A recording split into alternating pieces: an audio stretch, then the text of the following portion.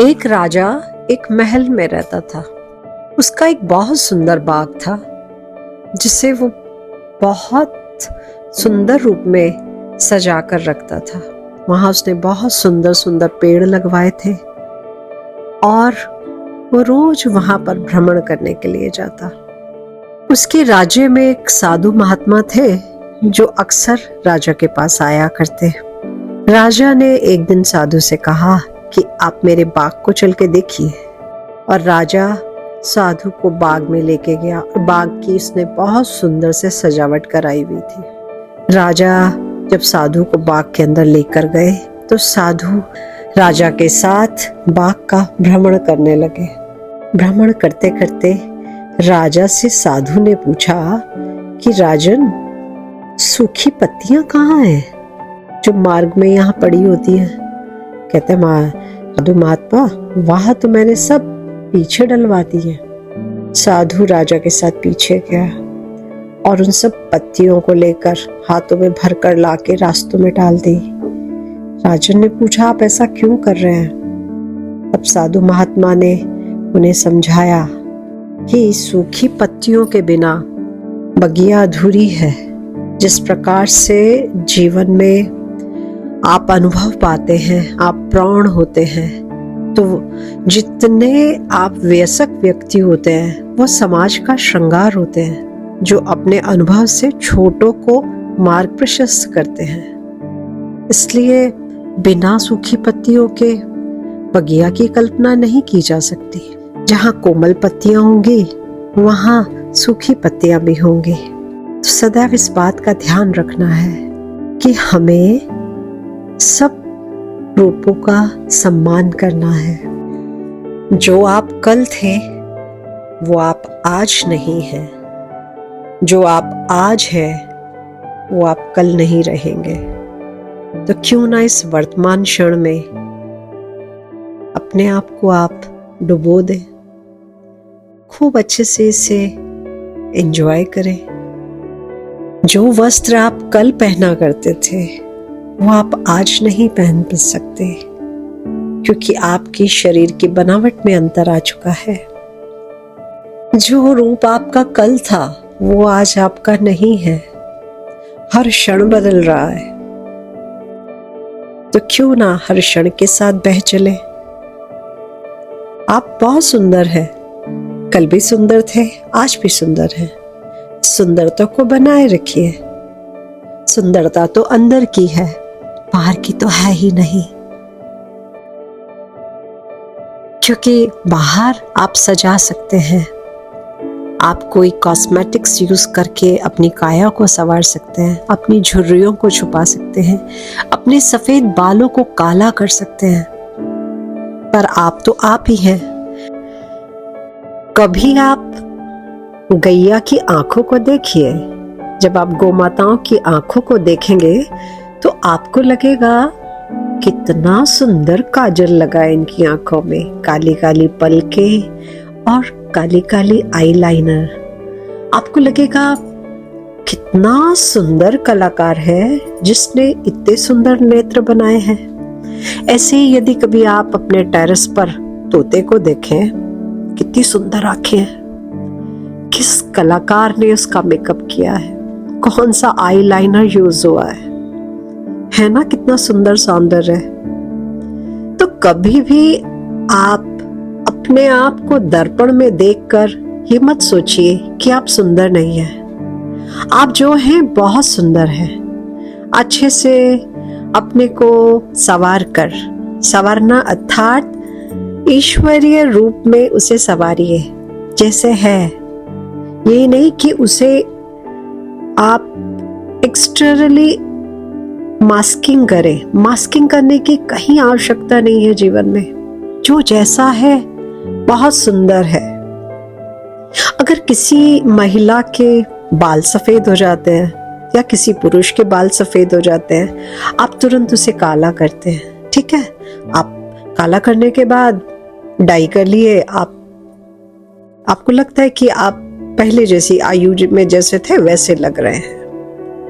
पर यदि कभी आप सफेद बालों को रहने दें और उनको देखें तो उनमें जो चमक है, जो सौंदर्य है, जो अनुभव है, वह अद्वितीय है, क्योंकि वो भी तो ईश्वर ने दिया है ना। अगर आप उसे वैसे ही रखकर सजाएं संवारें तो आप और सुंदर लगेंगे। आप किसी मनुष्य को देखिए, वो अपने बालों को नीला कर लेता है या ऑरेंज कर लेता है, रेड ब्राउन कलर में कर लेता है। वो प्रकृति के विपरीत है। प्रकृति ने आपको ऐसा बनाया ही नहीं है।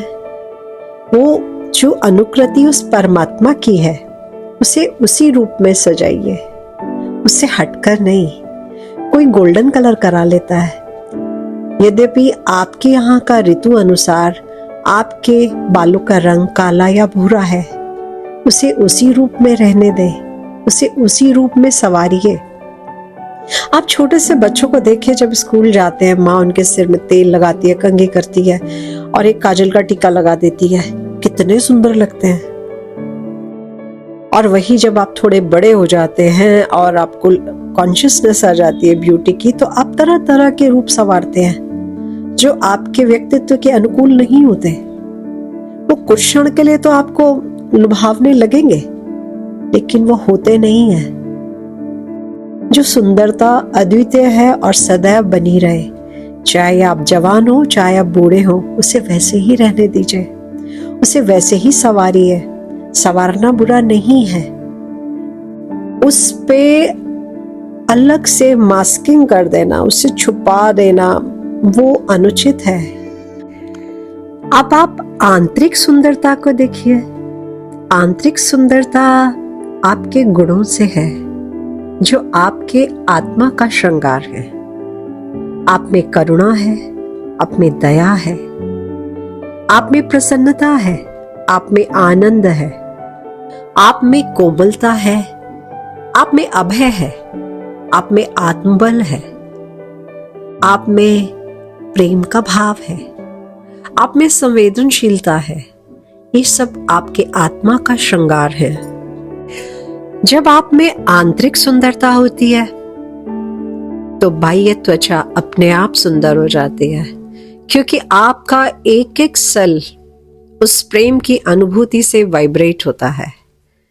यदि आप में आंतरिक सुंदरता नहीं होती और आप बाह्य श्रृंगार कर लेते हैं, तो आप कभी देखिएगा कि आपकी त्वचा में वो चमक नहीं होती, उसमें एक ब्राउनिश टच होता है। और यदि आपका हृदय पवित्र होता है तो आपकी त्वचा दिव्यता से चमक रही होती है। इसे महसूस करके देखिए। आंतरिक सुंदरता अति महत्वपूर्ण है।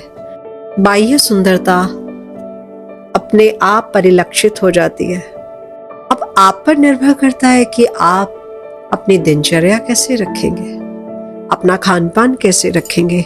यदि आपका खान पान सुंदर होगा तो आपकी त्वचा चमकेगी, आपका रूप बढ़ता जाएगा, उससे आयु का कोई लेना देना नहीं। आपकी प्रौढ़ावस्था हो तो भी आप सुंदर लगेंगे, क्योंकि आपके अंदर की पवित्रता आपके बाह्य रूप में परिलक्षित होगी।